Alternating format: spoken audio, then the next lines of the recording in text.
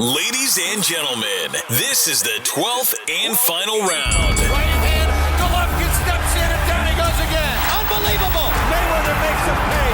What a rookie mistake. A sensational left hook by De La Hoya. It's facts. I'm the best. You know what I mean? Sometimes I don't want to believe it myself, but it's the truth. I'm the best. I'm going to show you how great I am. From Southern California, this is the Last Round Podcast. And we're back here in a bonus edition of the Last Round Podcast. Once again, thank you for listening. I'm Danny Z with my co-host Michael Shepard. Some of you may be listening to this right after our last episode with the IBO president. We're actually doing double interviews today. I don't think it's been a long time since we did double interviews, right, Mike? On the same day? Since probably we did an event, I'd have thought. We actually went to an event and did multiple. Right. You're right. But once again, thank you guys for listening, whether you're on Apple Podcasts, Spotify, Stitcher, Boxing Social, YouTube, or you're watching this broadcast on YouTube, for example. We appreciate it. But once again, we got another special guest. He's actually quarantined in the hotel in Las Vegas at this particular moment. As of this recording, he's in the hotel right now. He's fighting this Thursday on the Top Rank card. The Top Rank card this Tuesday, I believe, and then also this Thursday. Adam Blue Nose Lopez joins us this week. How's it going, Adam? I'm doing good. How you guys doing? Good. Thank you for joining us, as we said. Right before you came on, Mike was just like, he was like, I don't know whether to call him Blue Nose or Glendale Gotti, like Evan Korn called you. Are you going to change your nickname or what? I don't know. That was a cool little name, but I think Blue Nose is definitely my name. But hey, some people got two nicknames, Glendale Gotti. Sound pretty good. That's cool. But and then also, like we mentioned, like I just touched on, you're in Las Vegas. You got your fight coming up this week for Top Rank. Also, what a lot of people want to know, how was the stick up your nose for this COVID testing stuff? So I've been tested twice. I got tested about a week ago. They had to put the Q-tip up my nose, and it was not fun. It hurts. And it feels like it's up your nose for like 10 minutes. Like even after they take it out, it feels like it's still up there. But right now they're doing the test, and it's a cotton swab down your throat. So it's not too bad. But I just took the test, and they said I can't leave my room till I get the results, which is till tomorrow. Right. How are things in the Top Rank camp after, obviously, the news broke today that Michaela Mayer tested positive? Yeah, I think everyone was shocked because only she's the only one who tested positive. Her camp tested negative, so they're a little shocked. But they're not too worried. They took her out of the hotel. She had to go stay somewhere else and stay away from all the fighters in the camps. But everything seems fine right now. Everyone's in their rooms. Everyone's just following the rules. It's just pretty quiet and mellow over here right now. So how many times are you supposed to get tested? Is there like a set amount, or is it just kind of at their discretion? So as soon as you get here, you're supposed to get tested. So they said once you get tested, you got to go to your room and you can't go nowhere. And the testing is between 3 p.m. to 11 p.m. So you got to go whenever you decide.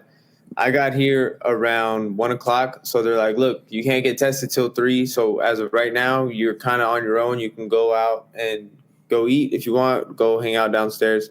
So I went down. I had lunch with my coach, and I ordered dinner to go. So I got my dinner because now that I got tested, I can't leave.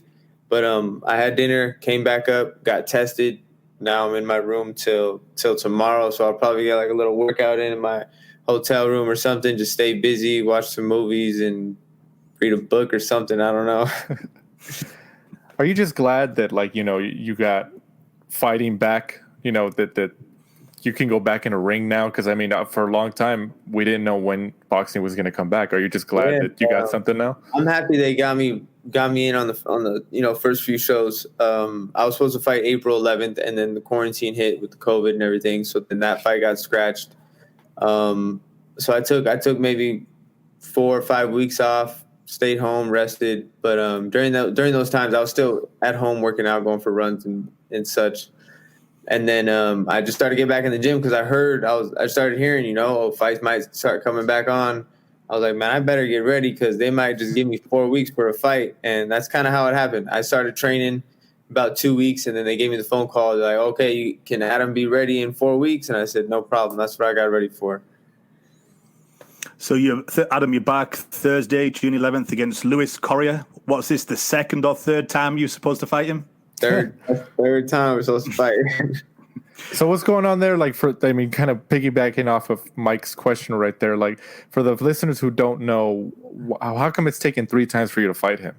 So the first time we were supposed to fight November 30th last year.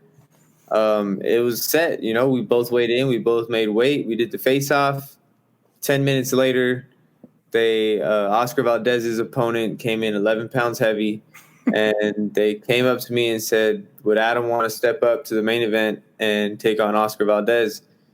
And I told my coach, I was like, yo, I could beat Oscar. I was like, I'd take that fight. And he said, all right, let your managers talk it over with Top Rank, and let's go get some food and just keep moving. And I was like, all right. And then they negotiated, they got the numbers up. They did what they had to do, and took the fight right then and there the day before. So Louis, he went home. All right, he stayed for the fight. I think he watched the fight. And then we were supposed to fight again in April. Coronavirus hit, got scratched. So now this is the third time we're trying to set this fight up. So hopefully, nothing goes wrong. Both of our tests come back negative, and we can get this show going. So I'm sure Luis, obviously, pretty well after, the third time you're supposed to fight him. And he also trains at Robert Garcia's gym in Riverside, which isn't too far away from obviously where you train in Southern California. Yeah, he's local. He's about an hour and a half away from me. I'm surprised. I've never heard of him or seen him in any gym coming up as an amateur show. We never crossed paths. So I just learned who he was prior to my fight against Oscar. They told me, yeah, he's a tough kid, trains with Robert Garcia. I said, okay, he comes from a good camp. He's going to come ready. He's going to come hungry. This is his biggest test yet, so he's going to want to take full advantage of it. After my last fight, I understand now that I'm a marked man, that people want the spot that I'm in. That fight put me on the map, and he wants my spot. So I got to shut it down, and I got to go out there and shine Thursday, and do my thing, do what I usually do. Speaking of that fight putting you on the map with Oscar Valdez last November, Adam. Obviously, the day before you thought you were going to face another guy, mm-hmm. and you end up facing Oscar Valdez, a world champion, in the main event of that card. And for a lot of people who don't remember, obviously, you actually dropped him in the second round of that fight. And then it was stopped, I believe, in the 7th round, but a lot of people viewed it as controversial. And a lot of people, especially, I don't know how much weight you want to put on like boxing, social media, Twitter, and stuff like that. But in terms of like the fans watching you who at least voice their opinions on online stuff, you got a lot of respect from people. There's a lot of people who say that you didn't really lose, because of how you performed. And I believe Andre Ward at that time even, I don't know if he told you or he said it on the broadcast, but he even said that he was like, no, man, you're not a loser. Like, you didn't lose today. He gave you a lot of respect for how you performed. Can you just kind of touch on that fight, but mostly on like that stoppage in the 7th round for people who haven't heard your side of the story? Yeah. I felt like I was up on the cards the whole fight. I felt like I won every round. Maybe he won the first round. And then I dropped him in the second.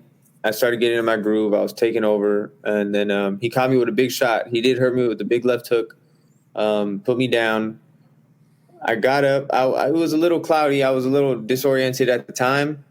But he dropped me. I think there was still 1.5 minutes to 2 minutes left in the round. And I weathered the storm. He was going all out. He was throwing punches. I was moving, dipping my head, blocking, just getting on my defense, touching him in between just to keep him off me. And then there was 7 seconds left. I think he threw like 5-6 punches, and I think he landed maybe 1 or 2. I kind of rolled, blocked a few. He landed the last one, and then the ref just jumped in with 7 seconds left and stopped it. And I was kind of shocked because that's when I started feeling clear. That's when I started getting back to my senses. I was like, okay, I'm good. I'm recovered now.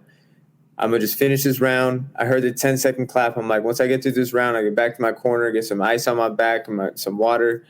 I'm going to get right back to business. And then ref stepped in, stopped it, and I already knew what it was. You know, I wasn't supposed to be in that fight. I wasn't supposed to win that fight. The Oscar was supposed to walk through me. So they saw the opportunity and they jumped on it. They ended the fight. Very controversial. It's boxing, you know. Can't go back in time. I got to take it for what it is. It was a great learning experience, great exposure, and they put me on the map. Do you think we'll see a rematch? Because I saw you recently got into a bit of a Twitter beef with the Espinosa boxing team. Yeah, what's going on there? I don't think they'll give it to me unless I really pressure them for it. I don't think it'll happen. I don't see why he would want to fight me again. There's no. It's a high risk and low reward for him. I'm still on the come up. That was probably my biggest fight. I think the only way I'd get that fight is once I win a belt to 126, move up to 130, and get ranked in the 130-pound division. But by that time, who knows where Oscar Valdez will be at? That might be a year or two down the line. I could keep putting the pressure on his team and, you know, asking for it, but he doesn't need me. I mean, I'm sure he's getting a lot of bad comments on the fight, people are saying rematch the kid, he deserves it, but I can't see it happening. I would love for it, but I know how this business goes, and I don't think I'll get that end of the stick. So Go ahead, Mike. Go ahead. I was just going to say, so Bruce Trampler's the match. Sorry. It's all right. It's all right. Go ahead, Mike. What was that? So Bruce Trampler makes the fights for Top Rank, right? Brad Goodman, I believe. So what? Yeah, I think it's Goodman. It's Goodman. So what have you done to piss him off? Because Oscar Valdez, Stephen Fulton, and I think 10 undefeated fighters in your first 15 fights. Yeah, that's crazy, man. I just signed with Top Rank the end of 2018, so they just started working with me. Prior to all the undefeated fighters, that was it was just me trying to prove a point. You know, I had a manager at the time, my former manager. He had me on a lot of Al Heyman shows, but I was not signed with nobody. I was, you know, unsigned, so I was always on the B side. But going into the professionals, I always knew that was the route I wanted to take. I wanted to take on these undefeated fighters because I saw all these undefeated fighters and I looked at their box rec and they're fighting nobodies. You know, they're paper champs. They ain't got no tough fights on their record. And I was like, man, this is not how boxing should be. Like, I want to go after these kids. I want these tough fights. So I told my manager, I was like, let's line them up. Let's push for these undefeated fighters. I need to make some noise because I didn't have a big amateur background. I had 35 amateur fights. I didn't win any amateur tournaments. I knew if I wanted to do anything in the pros and to make money and to get eyes on me, I had to make some noise. So that was the route I chose. And, it took, I think it was 6 undefeated fighters in almost a year. And I was beating all of them. And then I came across Stephen Fulton. And, yeah, he was a better man that night. Much respect to Stephen. He's a great champion. And then from there, I had to rebuild. I think I fought another undefeated fighter right after Stephen. I won that fight and just worked my way back up. And then boxing business, I started learning more about the business side, about the B side, the A side, and this and that. And I realized that I needed a promoter. And I reached out to my coach, buddy, and I said, what's up? Like, I need to get a promoter, buddy. Like, what do I got to do? So he reached out to Top Rank, and he gave Carl Moretti a phone call. And he said, hey, Carl, I got a kid. You need to sign him. He said, Carl, when have I ever told you about any kid that you need to sign? And Carl said, nobody. I said, okay, this is the one. You need to sign this kid. So they gave me a tryout fight. They gave me a tough little fight against this kid, Hector Ambriz. And that was back in 2018. And then I shined in that fight. And then a couple of days later, they offered me a contract. Do you think it's because you come from a fighting family? Obviously, your dad, Hector Lopez, former Olympic silver medalist for Mexico, 2-time world title challenger, and then also your brother's a fighter. Do you think where that kind of like old school mentality comes from? Definitely. You know, I got my father's blood running through my veins, and that's what he was about. He was about fighting anybody, anywhere. He didn't care who it was, as long as, you made weight, you got two hands, we could make the fight happen. Well, he had some fights with Randall Bailey, Costa Zoo. So yeah, he's fine. He didn't turn down nobody. He was ready for anything. Yeah, he was. You touched on Buddy McGIRT, obviously, for our listeners who didn't catch that, but Buddy McGIRT is your trainer, and obviously he went to bat for you and talking to Top Rank and helped you get signed by them, which is awesome. What is it like training with Buddy McGIRT? Everybody kind of knows how he trained Sergey Kovalev and stuff. He's been on our show before, so we've talked to him and stuff like that. But like you, as being his fighter, what is it like training under him? It's a blessing to have Buddy McGIRT in my corner. We've been working together since my fourth pro fight, so we've been at it for some time. I remember meeting Buddy. I didn't know who he was. I'd go to his gym and I'd spar his fighters. I think I was about 16 years old, and I was beating up on his pros, and I didn't know who he was. He would always be just talking, making jokes, and I was like, who is this guy? And then my coach at the time was like, yo, that's Buddy McGIRT. You don't know who that is? I was like, I have no clue. So then I looked him up. I started watching his fights, and I was like, wow, this guy, he really had it back in the day. He was a great fighter. So then from that day forward, I just picked his brain every single day. Every single day in the gym, I had a question for him. Anything I wanted to know about boxing, I was like, Buddy, what do you think about this? How could I do this? And just whatever, any question I had, and I just started leaning on him a little more. And then I signed with my manager, and he told me, he's like, look, I want you to start training with Buddy, and I think it'd be great for you. And I said, I would love to do that without hesitation. So we made the switch, and since my fourth pro fight, we've been at it. And, it's a blessing to have him in my corner. He's a great man inside and out of the gym. He comes from a great family. Him and his family, they're great people. I love the McGIRT family. And he's like a father figure to me, with boxing, with business, with just life in general. I know he's got my back no matter what. I just thought he's trained both guys. He trained Arturo Gatti and the Glendale Gatti. That's true. Yeah, that's right. It's true, man. It's true. And then not only do you have an opponent, Correa on Thursday, but it's also because a lot of fans, especially the hardcore boxing fans, they also look at the trainers too, especially when they're high-profile trainers. Yeah. On Thursday, it's going to be Garcia versus McGIRT as well. So, and people look at that stuff, but it makes everything more intriguing. But kind of touching on this whole COVID thing again, we talked about the actual COVID testing, but kind of going back into something obviously you've experienced in terms of actual like drug testing, because there hasn't really been any drug testing because of the whole situation at hand with the whole COVID testing. Is that something that kind of concerns you as a professional fighter, that your opponent, it's not that you're accusing anybody of anything, but like, that there hasn't been really any consistent drug testing because of the whole COVID-19 situation? Well, prior to the quarantine and the COVID, I had just signed up for the WBC clean boxing program.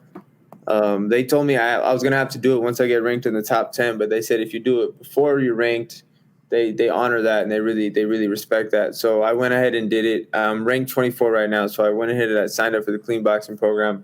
And VADA actually showed up to my house, I think last week. So I just got drug tested. I don't know about my opponent. I'm not sure what the situation is with him, if he's been drug tested. But I know Vegas, they go through their protocols before the fight. And if they suspect anything, they'll test you again after the fight. But,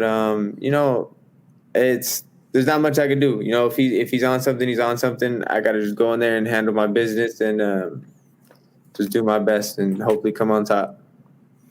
Adam, looking through your social media, you've had some high-level sparring really in your pro career, and I saw you've been in there with Lomachenko. How was that? Oh, that was great. I helped out Lomachenko when he was getting ready for the Rigondeaux fight. So I had to box southpaw, but it was a great experience, even just being around him training, watching how they do it. As soon as you walk in the gym, they're all about the business.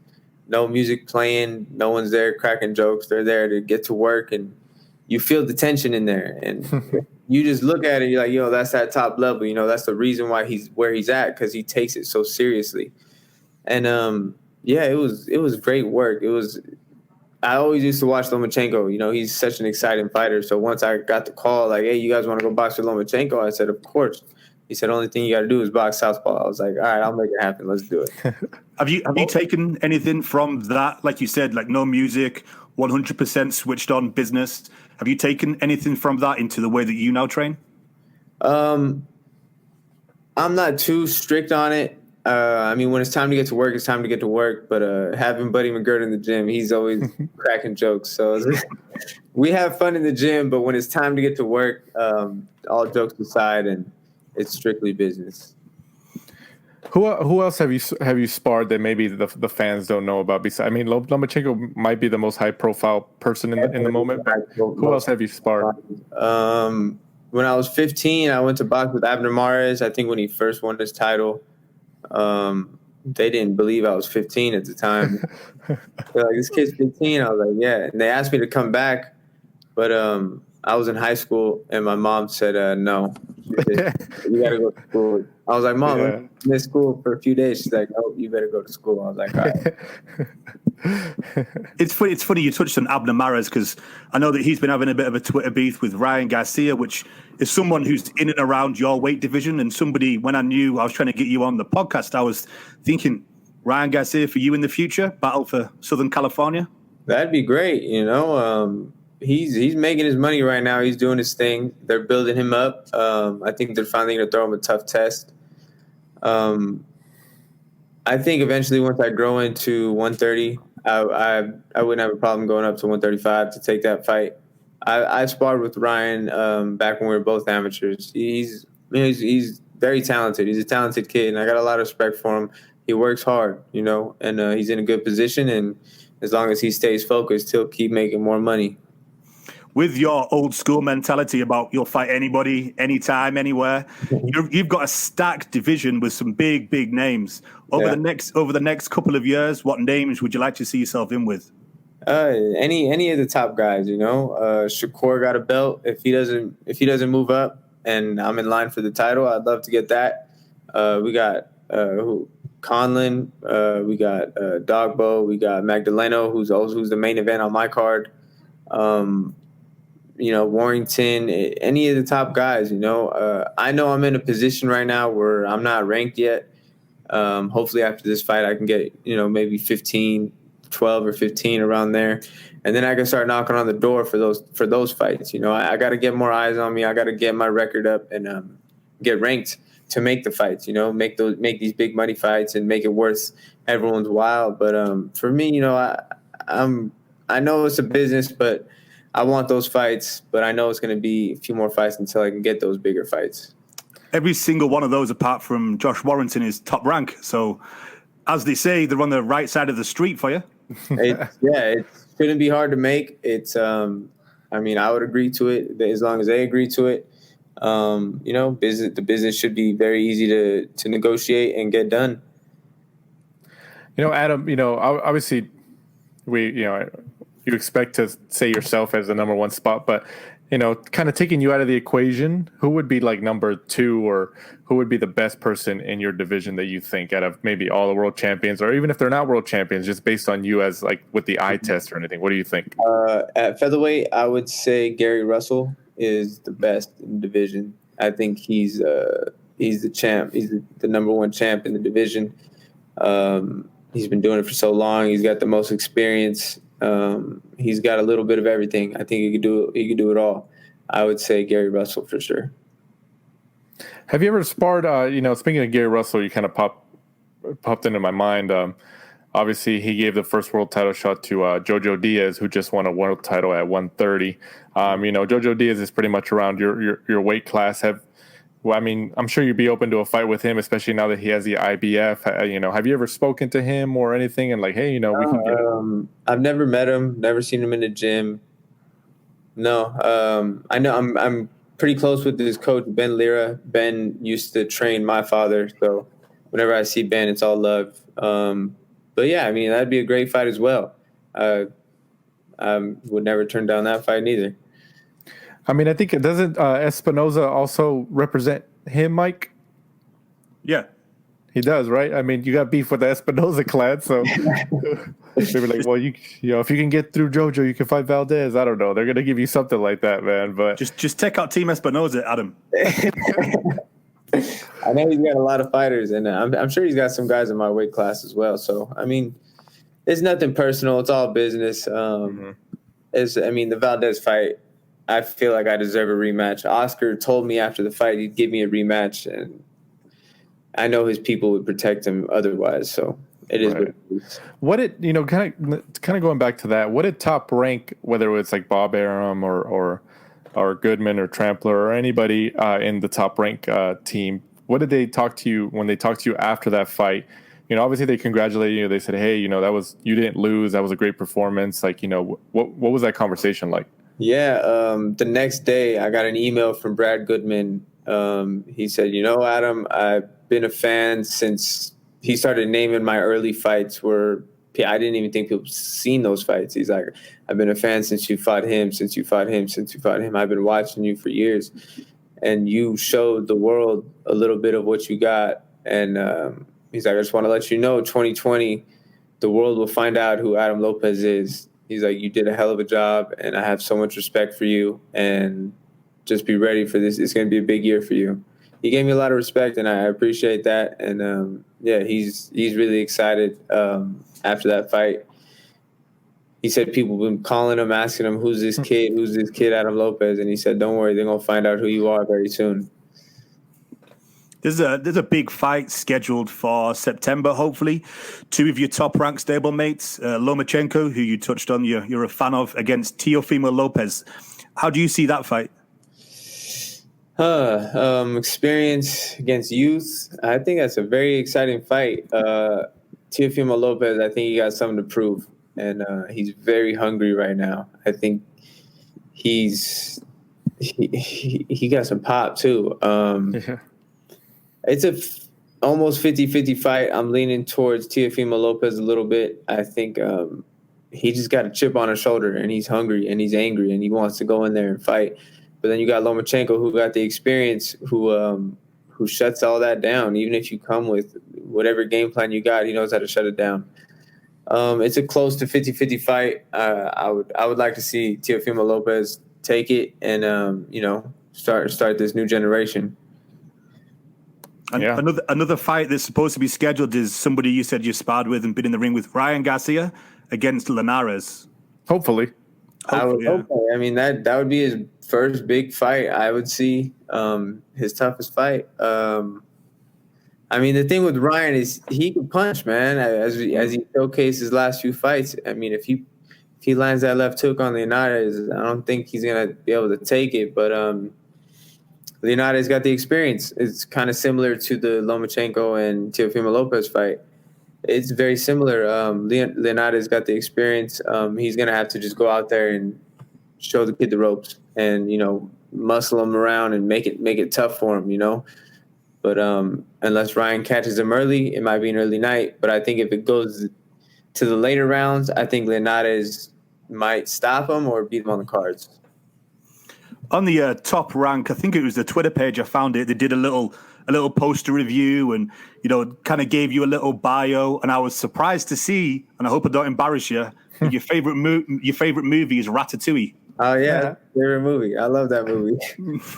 So that's a real answer. That wasn't just. I watch that movie like all the time before my fights. I love that movie. What made it your favorite movie? Was it just you watched it? Was it like one scene or? No, it's just the meaning behind the movie. Have you guys seen the movie? Yeah, I have. Yeah. So he's a rat. He's a rat. He ain't supposed to be nobody. But the whole moral is they're saying it don't matter where you come from. It's who you are inside, and it's how you take advantage of the opportunities that are in front of you. You can be anybody you want. And I don't know. I just really relate to that because I came up the hard way in boxing, and I'm trying to just take the best of my opportunities and just make something out of all this. And the second part of that was something people don't know about Adam, is that you're into filmmaking. Is that something you'll think you'll go into afterwards, after boxing? Yeah, I got a couple friends who are screenwriters, and he does a lot of the writing, but we sit down and we bounce ideas off each other's heads, and It's definitely, it's interesting. I like it. Definitely want to get involved in that, maybe invest and help write and do whatever I can with my friends that, I grew up with. And I would love for them to be successful as much as I'm being successful. So, it's a give and take thing. I'm going to just help out all my people. And the last part of the bio was 5 years from now, Adam sees himself 2 to 3 world titles in 2 to 3 weight classes and also a few pro fighters that you're training. So you're interested in training as well? Yeah, I got a couple of amateur fighters that I'm training. I enjoy it. I like training kids. I like helping them. Boxing really helped me as a kid. It kept me on the straight and narrow path. And, I guess you could say it saved me in a way. And I would love to give back and show these kids what I learned and, teach them all the great tips I'm learning from Buddy and from all the other coaches I've learned. I just get a lot out of it teaching people boxing. So you said 2 to 3 weight classes, 2 to 3 world titles. We just had on the IBO president, Ed Levine, and he was kind of trying to get our opinion on the IBO world title. As a fighter, what is your opinion on that? Because obviously you have the big four as such, the WBA, the WBO, WBC, and also the IBF. Yeah, I mean, I just started hearing about the IBO, so to me it's fairly new. I think as it's around a little longer and more fighters start getting it, it'll get its recognition like every other belt. But yeah, I just started hearing about it. So I mean, it's a title, it's a world title. So no shame against it. You win that belt, you're a champ. Adam, you said, going back to how you said you wanted to get into training, you're training some amateurs at the moment. Obviously you're from the Southern California area, greater LA, Glendale, LA County and stuff like that. Would you say, because obviously like there's a lot of people who say like, oh, the hotbed of boxing is New York or the UK or something like that. You being from this area, would you agree? Like me and Mike, we agree that this is a hotbed of boxing, but would you say like if you want to be a boxer, the UK? Oh, shut up! You didn't say that before. Would you agree, like, to if you had any advice for any potential amateurs who might live like in the East Coast or Midwest or somewhere, like, would you advise them to say, you know what, like, if you really want to get serious and really want to get the best sparring and the most out of your career, Southern California would be an ideal place to go? I guess you got to say it depends where in Southern California. You got different gyms, different style gyms, and I mean, there's a lot of fighters over here. There's a lot. For me, I don't think it matters where you're at. I mean, eventually, when you come to a certain point, to a certain level, you might outgrow wherever you're at. But it's just how bad you want it inside. You could come from a gym where there's no fighters there, and you're just working hard every day. But California, Southern California, we definitely got a lot of fighters, a lot of amateurs. People travel all over the world to come train over here. You can definitely get some great sparring in California. It's a good spot, I mean, I've been here my whole life. I haven't been able to go out and see any other place to train at, so I can't really say too much about it. I came up in Southern California. That's where I grew up. As far as I know, I could be wrong, but I think you're the first person I've seen that have actually put on the BLM sign onto your shorts for this week's fight. Anybody else? Anyone else on the card that that's supporting them? I haven't seen nothing, but I guess we'll find out on Tuesday on the first few fights. Maybe somebody got it, but yeah, from what I've seen, they actually got it on pretty late. The person who's made my shorts said, okay, we could put this on. And she was about to ship it to me. I was like, yeah, put the patch on. I'll get it whenever it's ready. Go ahead. I would like to represent Black Lives Matter. And before we kind of let you go, we've kind of held you for a while now. I assume the Oscar Valdez fight was kind of your first big paycheck. What did you treat yourself to? Not much. Prior to that fight, I had a bad falling out with my former manager. I didn't have a spot to stay. I didn't have a car. I had about like $100 in my pocket. I was pretty broke about a month before the fight. So then I scrambled for a new manager. I signed with the new manager 3 weeks before the fight. They put some money in my pocket. They got me through till the fight, and then I had the big payday. So I went home. I was, I guess you could say, almost homeless. I was back at my mom's house, sleeping on the couch. So I started from scratch. I had to go get a car, got an apartment. I had nothing. So the money that I had, I was like, I got to make this last. I'm not going to be like these fighters going out spending it on jewelry and this and that. I mean, I know I still got to pay taxes on it. I got to pay these people, this people. I was like, this money, it might be a lot, but it's not going to last very long. So I still got the majority of it. I still got enough to pay my taxes. It's kept, it's saved. Some of it's invested. I'm trying to live just a simple lifestyle until I can make money where I have a few different incomes coming in. So I'm just going to keep making these investments and being smart with my money. Awesome. That's great to hear, man. That's great to hear, especially with the stories sometimes we hear of athletes, especially after retirement. It's unfortunate with the money situations like that. So that's great to hear as us, as boxing fans and as media members. But, obviously Adam Lopez fights this Thursday on the Top Rank card, the second one in this post-COVID world that we're living in. You guys fighting at the MGM in Vegas? Is it the MGM? Yeah, it's at the MGM in the convention center. Right. Okay. Great. So, and then, do you know if your card on Thursday have they announced if it's on ESPN, ESPN Plus, or both cards will be on ESPN? Oh, sweet. Yeah. That's really good for you too. That's a lot more exposure. Awesome. And then, before we let you go here, fighting, there's obviously not going to be a crowd there. How important do you think it is, especially you as a professional fighter? Because there's some fighters who take the adrenaline from the crowd and they use that. Like, what's your opinion on that? Yeah, I mean, I try to play it through my head and see how it's going to be, but I guess I'll find out when we get out there. But it's going to be a little weird at first, it's going to be quiet. But I think once the shots start flying, fight mode will kick in. We'll get down to business. We're both in there. We're hungry for this spot. So I think once the fight gets going, we both get warmed up, it'll just be like a regular fight. Just we'll be able to hear every single shot landing. With that big ESPN audience, are you going to go for a knockout? I'm gonna just take it as it goes. If I hurt him, I'll get him out. If not, I'm gonna just keep boxing him and keep picking my shots and breaking them down. I got one more that popped into my question before we let you go here.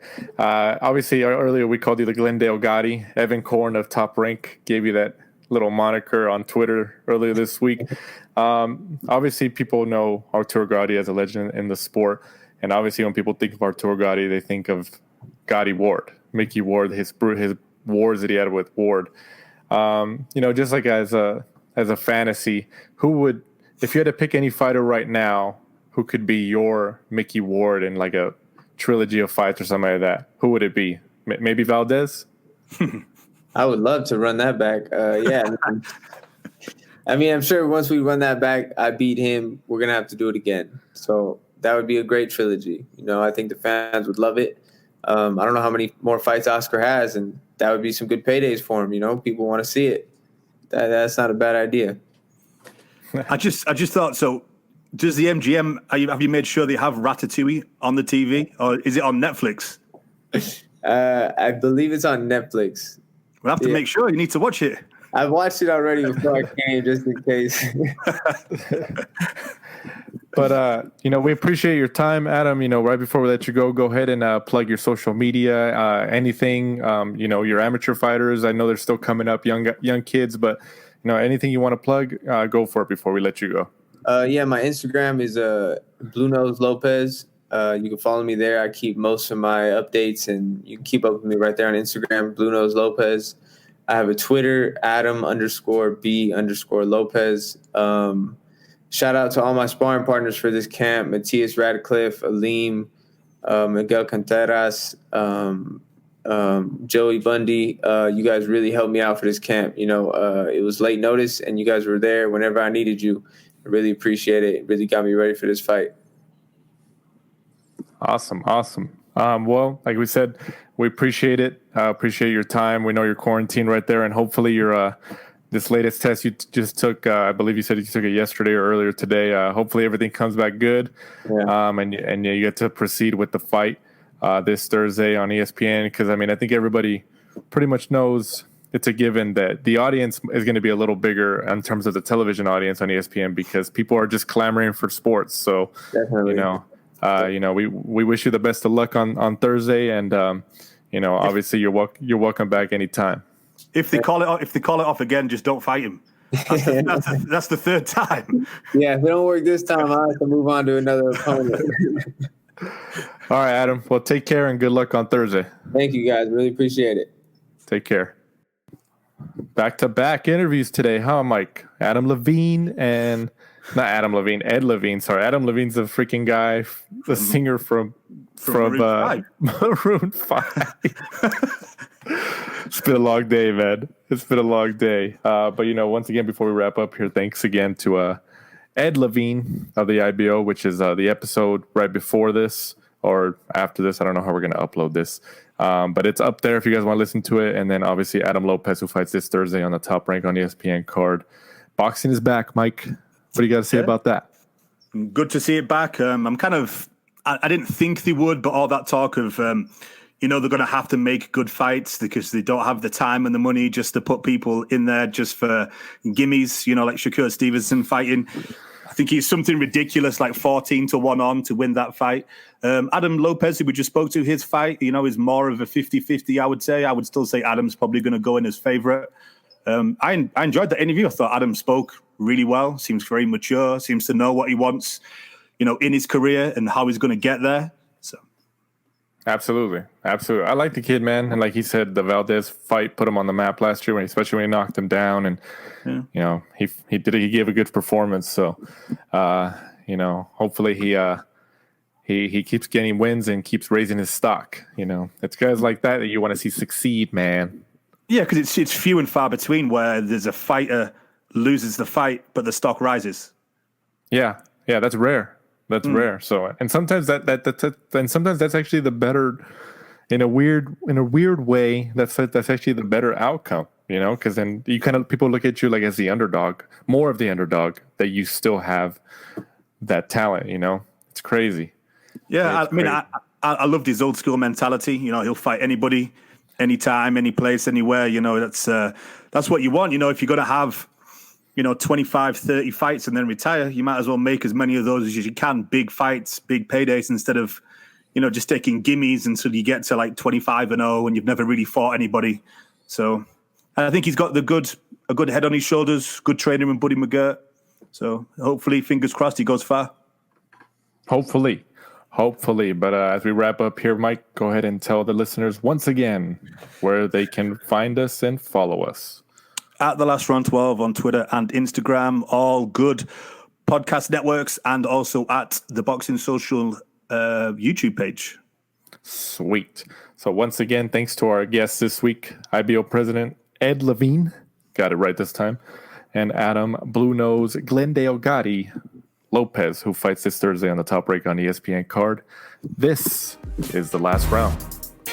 Thanks for supporting and listening to the show. Follow us at The Last Round 12 on social media. Rate, review, and subscribe. This is The Last Round Podcast.